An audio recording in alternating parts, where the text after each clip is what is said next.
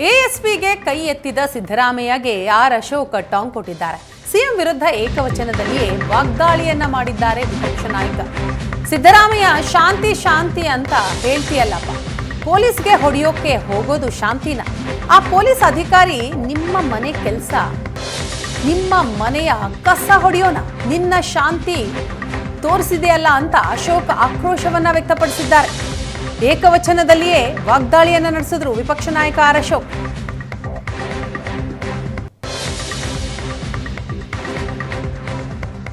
ನಾನು ನಿಮ್ಮ ಜೊತೆ ಇಲ್ಲ, ನಾನು ಶಾಂತಿ ದೂತ. ಯಾಕಪ್ಪ ನಿನ್ನ ಶಾಂತಿನ ನನ್ನೆ ಆ ಡ್ಯಾಸ್ ಮೇಲೆ ತೋರಿಸ್ತಲ್ಲ, ನಿನ್ನ ಶಾಂತಿ ಅಂತೋದು ಅಂತ. ಅಲ್ಲಿ ನಿನಗೆ ಕಪ್ಪು ಬಾವುಟ ಪ್ರದರ್ಶನ, ನೀನು ಪಾಕಿಸ್ತಾನ ಪರ ಮಾತಾಡಿದ್ಕೆ ಕಪ್ಪು ಬಾವುಟ ಬಿಜೆಪಿ ಅವರು ಪ್ರದರ್ಶನ ಮಾಡಿದ್ರೆ ಕಪ್ಪಾಳು ಕೊಡಿಯಕ್ಕೆ ಹೋಗಿದ್ದೆ ಒಬ್ಬ ಪೊಲೀಸ್ ಅಧಿಕಾರಿನ. ಇದಾ ನಿನ್ನ ಶಾಂತಿ?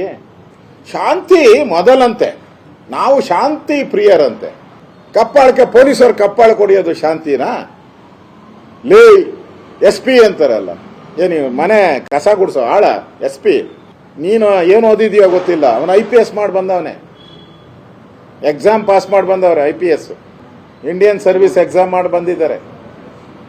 ಅವ್ರನ್ನ ಏಕವಚನದಲ್ಲಿ ನೀವು ಕರೆಯುವಂಥದ್ದು, ಒಬ್ಬ ಜಿಲ್ಲಾಧಿಕಾರಿನ ಡ್ಯಾಸ್ ಇಂದ ಕತ್ತಿಡಿದು ಆಚೆ ತಳ್ಳುವಂಥದ್ದು. ನಾನು ನಿಮ್ಮ ಜೊತೆ ವಿರುದ್ಧ ಏಕವಚನದಲ್ಲಿಯೇ ವಾಗ್ದಾಳಿಯನ್ನ ಮಾಡಿದ್ದಾರೆ ವಿಪಕ್ಷ ನಾಯಕ. ಸಿದ್ದರಾಮಯ್ಯ ಶಾಂತಿ ಶಾಂತಿ ಅಂತ ಹೇಳ್ತೀಯಲ್ಲಪ್ಪ, ಪೊಲೀಸ್ಗೆ ಹೊಡೆಯೋಕೆ ಹೋಗೋದು ಶಾಂತಿನ? ಆ ಪೊಲೀಸ್ ಅಧಿಕಾರಿ ನಿಮ್ಮ ಮನೆ ಕೆಲಸ, ನಿಮ್ಮ ಮನೆಯ ಕಸ ಹೊಡೆಯೋಣ, ನಿನ್ನ ಶಾಂತಿ ತೋರಿಸಿದೆಯಲ್ಲ ಅಂತ ಅಶೋಕ್ ಆಕ್ರೋಶವನ್ನ ವ್ಯಕ್ತಪಡಿಸಿದ್ದಾರೆ. ಏಕವಚನದಲ್ಲಿಯೇ ವಾಗ್ದಾಳಿಯನ್ನ ನಡೆಸಿದ್ರು ವಿಪಕ್ಷ ನಾಯಕ ಆರ್ ಅಶೋಕ್.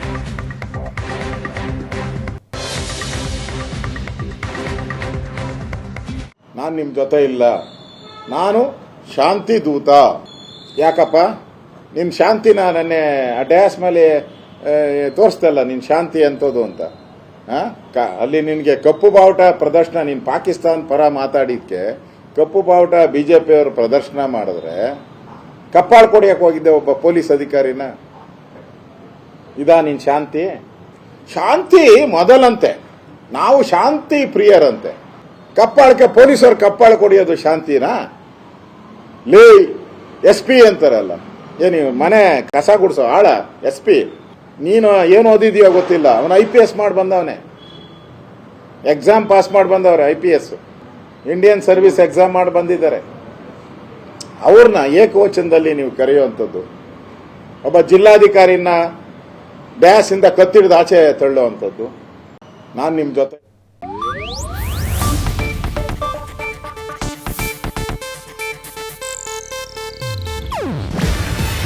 ಇದು ಏಷ್ಯಾನೆಟ್ ನ್ಯೂಸ್ ನೆಟ್ವರ್ಕ್ ಪ್ರಸ್ತುತಿ.